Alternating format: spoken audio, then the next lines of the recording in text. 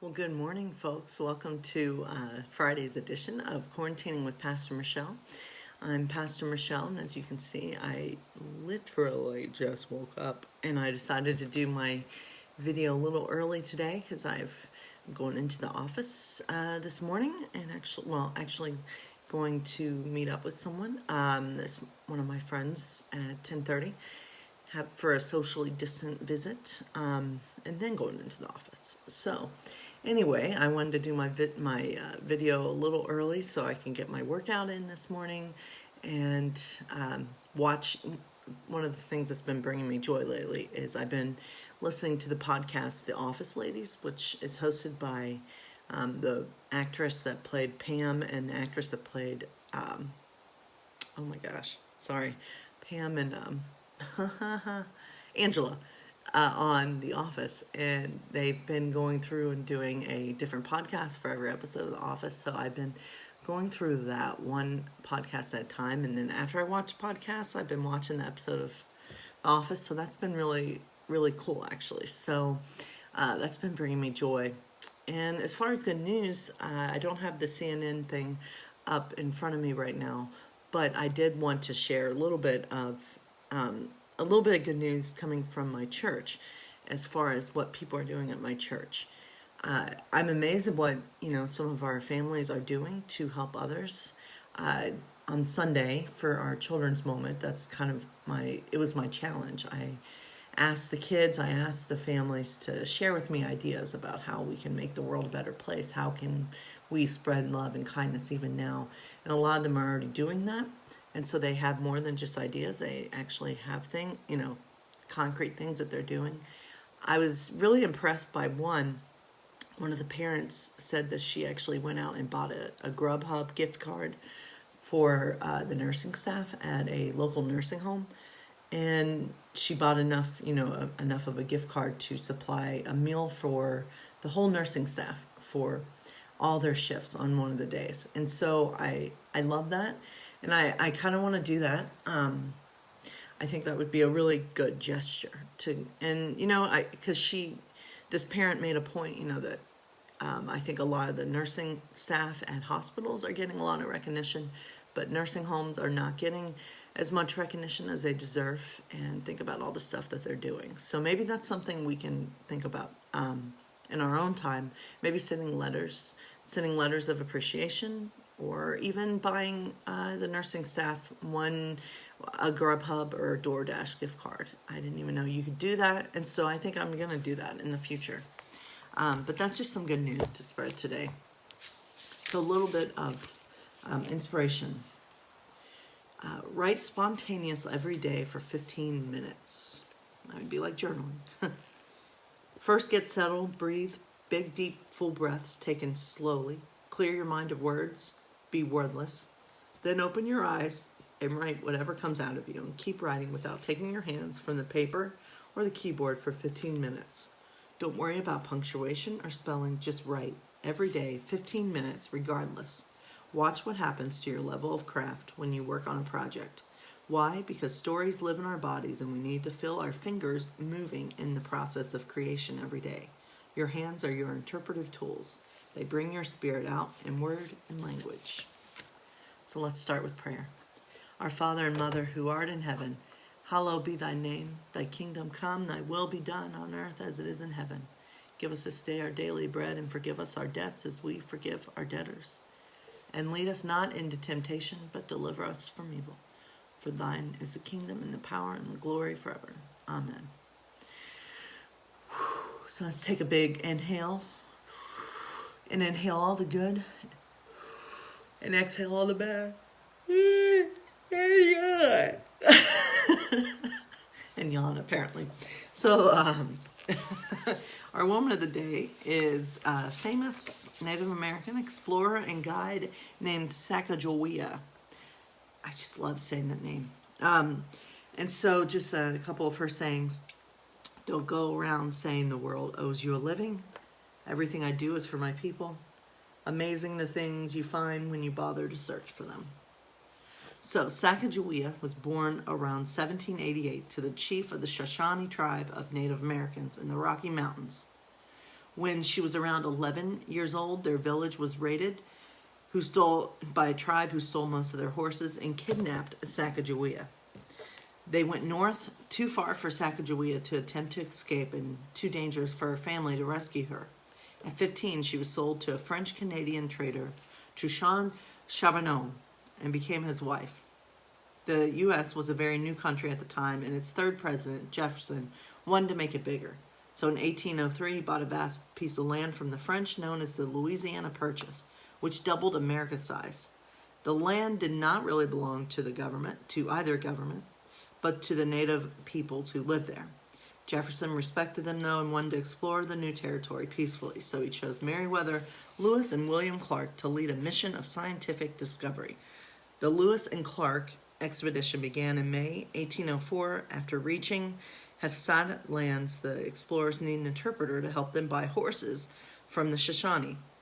Sacagawea got the job. She spoke Shoshone with the local tribes and translated it, which her husband, Charbonneau, I can't say her husband's name, translated into French, and another explorer translated into English. This was complicated, but it worked. And something else made Sacagawea an ideal guide. She had a baby. This reassured any tribes that they met that the explorers came in peace, for a war party would never have a woman in it, and especially not a woman with a baby. So Sacagawea and tiny John Baptiste led the way along mountain trails she remembered from childhood. Many of the tribes they met had never seen a white person, but Sacagawea showed them that the explorers were to be trusted. When their boat nearly capsized, she calmly rescued important papers. Lewis and Clark were impressed by the hard-working team. Praised as their pilot, she collected plants for food and medicine, keeping the explorers well-fed and healthy. Then she had a surprise reward. The expedition met a Shoshone tribe led by Sacagawea's brother. The new chief and his long-lost sister had a joyous reunion before Sacagawea bid him farewell, guiding the explorers to the Pacific coast.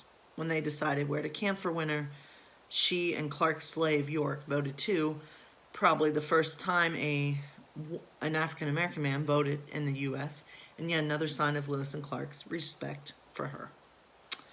Although she was treated as an equal by the men she had led and helped, she received no payment for her work, while her husband was given 320 acres of land and $500. It must have been hard for her after the equality and freedom of the expedition to return to normal life, where Native American women were not treated well.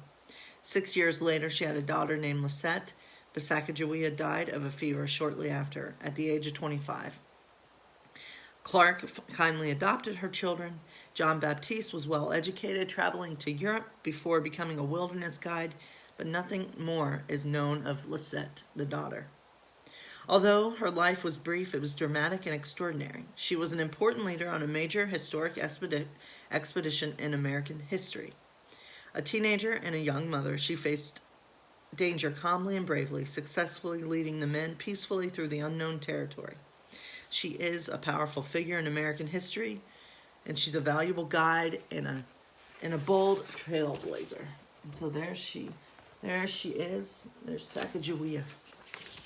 I always, just a fun memory I had, when I was in grade school, I was in a Lewis and Clark play, and I played Thomas Jefferson. I remembered that very well. Of course, I played the role man. And and I remember really liking Lewis and Clark because it sounded like Lewis and Clark. But anyway, tomorrow's Woman of the Day will be Frida Kahlo, so that's going to be a fun one. And so I do hope everyone is doing okay. I hope you've had a good week.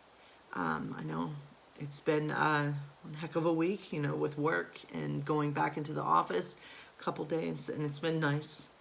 But it ain't easy. This whole situation's not easy, and from talking to several of our members, it's not easy for them either. So just know that you're in my thoughts and my prayers, and just know if you ever need someone just to talk with, just to vent to or whatever, I'm just I am a personal message on Facebook away. Just reach out. So, my friends, let's take some time to do a little bit of Hunger Games. Let's continue on and finish this chapter. And so, as we know, Katniss is now, she volunteered as tribute for her sister Prim. And so we'll see what happens next. Starvation's not an uncommon fate in District 12. Who hasn't seen the victims? So this is Katniss talking about a memory that she has with Peeta Malark. Peeta is the man that, the male that was chosen for tribute for District 12. So this is her talking about the memory that she has when she was younger of Peeta and her. So let's begin.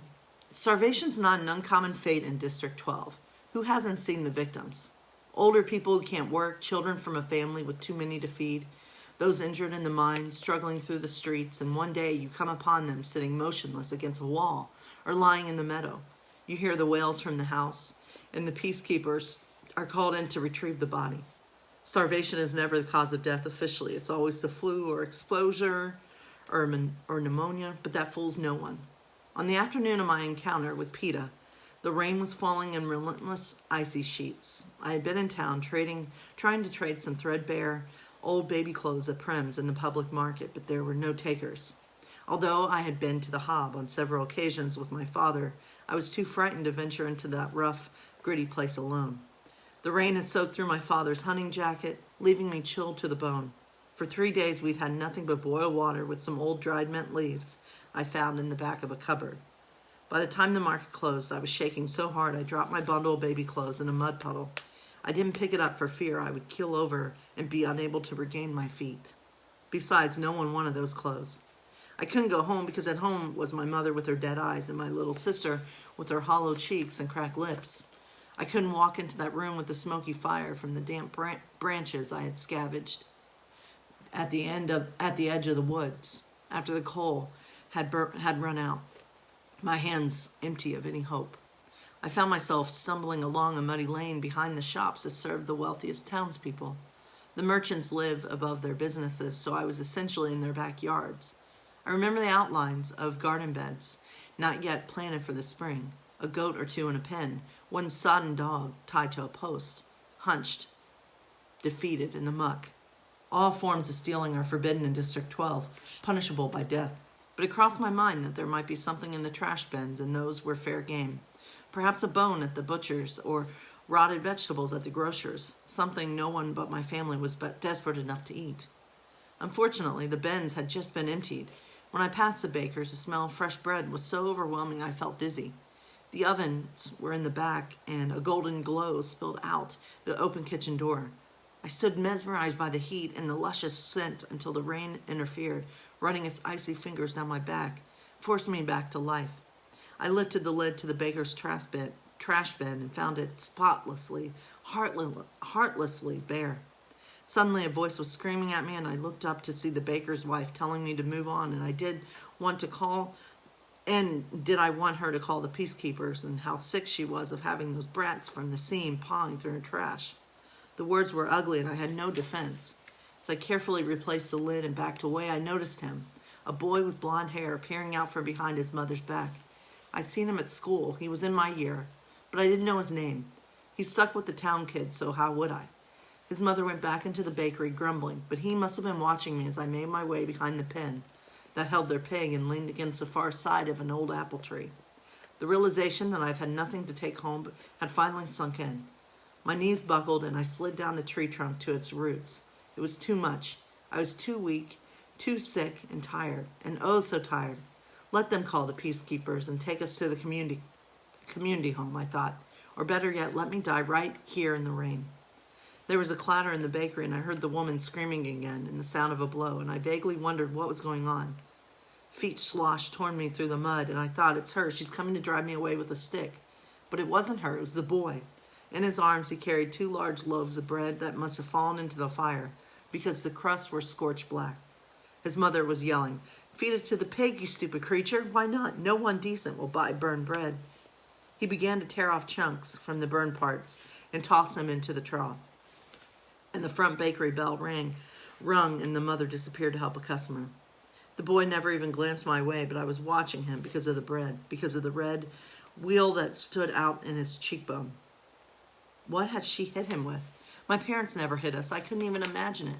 The boy took one look back to the bakery as if checking that the coast was clear, then his attention back on the pig. He threw a loaf of bread in my direction.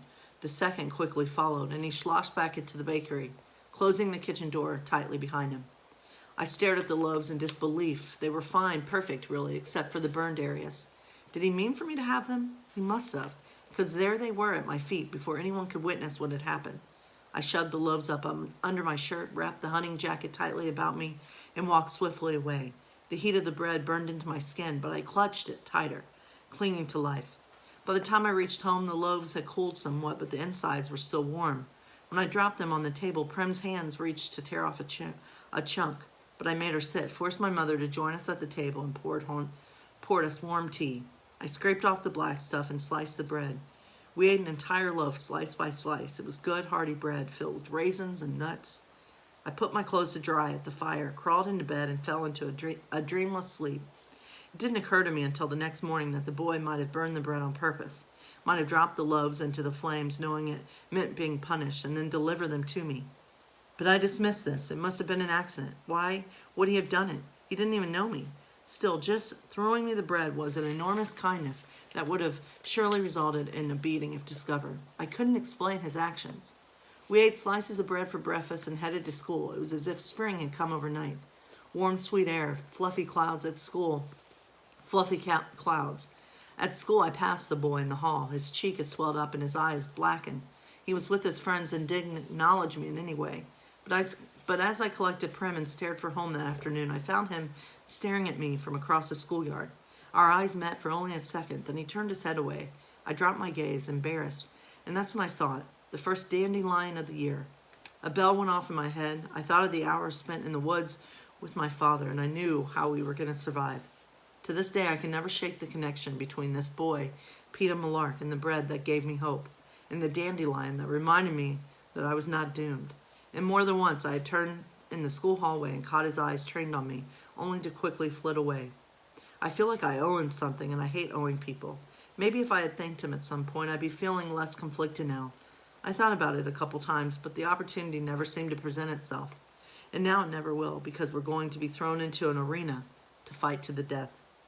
Exactly how am I supposed to work in a thank you in there? Somehow it won't just seem sincere. If I'm trying to slit his throat. The mayor finishes the dreary treaty of treason and motions for Peter and me to shake hands. His are as solid and warm as those loaves of bread. Peter looks me right in the eye and gives my hand what I think is meant to be a reassuring squeeze. Maybe it's just a nervous spasm. We turn back to face the crowd as the anthem of Panem plays. Oh well, I think there will be 24 of us. Odds are someone else will kill him before I do. Of course, the odds have not been very dependable as of late. And so there you go, a piece of kindness by a stranger. And so, my friends, I just wanted to wish you well. And just like Katniss, was able to find hope in the bread, I hope all of us find hope in these days as well. Hope for a better tomorrow. Even if things may not get better right away, obviously that's the case because we're 3 months into this thing, at least for me. I do I do believe things will get better. It is hard to say that sometimes on some days, but just think, maybe a year from now, 2 years from now, we'll look back and we'll see what we learned during this time, and we'll be able to say, remember when. But right now, we're still very much in the thick of it. And so we're doing it together. We're in this together. So I wish you well, and I hope you all have a wonderful Friday. God bless you all.